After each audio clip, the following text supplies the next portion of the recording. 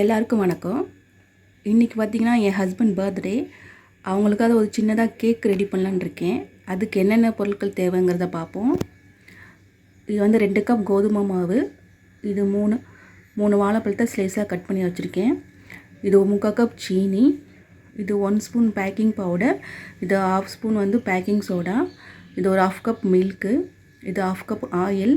இது வந்து refined oil, எந்த ஃப்ளேவருமே இருக்கக்கூடாது, அந்த ஆயில் எடுத்துக்கலாம். இது வந்து வெனிலா எசன்ஸ், இது ஒரு 1/2 ஸ்பூன். இப்போ இந்த எல்லா பொருட்களையுமே மிக்சியில் போட்டு நல்லா பிளெண்ட் பண்ணிக்க போகிறோம். மிக்சியில் போட்டு அடித்த கேக் மிக்சரை நான் இப்போ ஒரு நெய் தடவை பிளேட்டில் மாற்றிக்கிட்டேன். இப்போ நான் ஆல்ரெடி ஒரு பேன் வந்து ஃப்ரீ ஹீட் பண்ணி வச்சுருக்கேன். அதில் இந்த மிக்சரை வச்சிடலாம்.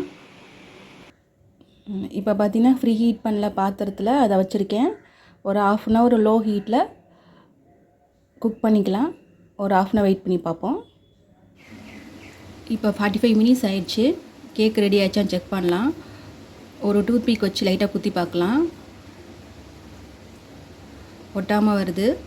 கேக் ரெடி ஆயிடுச்சு. இப்போ ஒரு பிளேட்டுக்கு இதை மாற்றிட்டு நல்லா ஆற வைக்க போகிறோம். இப்போ கேக்கை ஒரு பிளேட்டுக்கு மாற்றியாச்சு. இதுக்கு மேலே ஒரு சின்னதாக டெக்கரேஷன் பண்ண போகிறேன். டெக்கரேஷன் பண்ணிவிட்டு எப்படி இருக்குன்னு பார்ப்போம். இப்போ பார்த்தீங்கன்னா கேக்கு டெக்கரேட் பண்ணியிருக்கேன். கோகோ பவுடரும் டார்க் சாக்லேட்டும் மிக்ஸ் பண்ணி கேக் மேலே ஸ்ப்ரெட் பண்ணியிருக்கேன். அதுக்கு மேலே ஒயிட் சாக்லேட்டை ஹார்ட்டின் ஷேப்பில் கட் பண்ணி வச்சுருக்கேன். எக்ஸ்ட்ராவாக ஜெம்ஸ் மிட்டாயி அங்கங்கே வச்சுருக்கேன். இதை பார்த்தா கண்டிப்பாக ஹஸ்பண்ட் சர்ப்ரைஸ் ஆவாங்கன்னு நினைக்கிறேன். Wish you very happy birthday my dear hubby. Thank you for வாட்சிங்.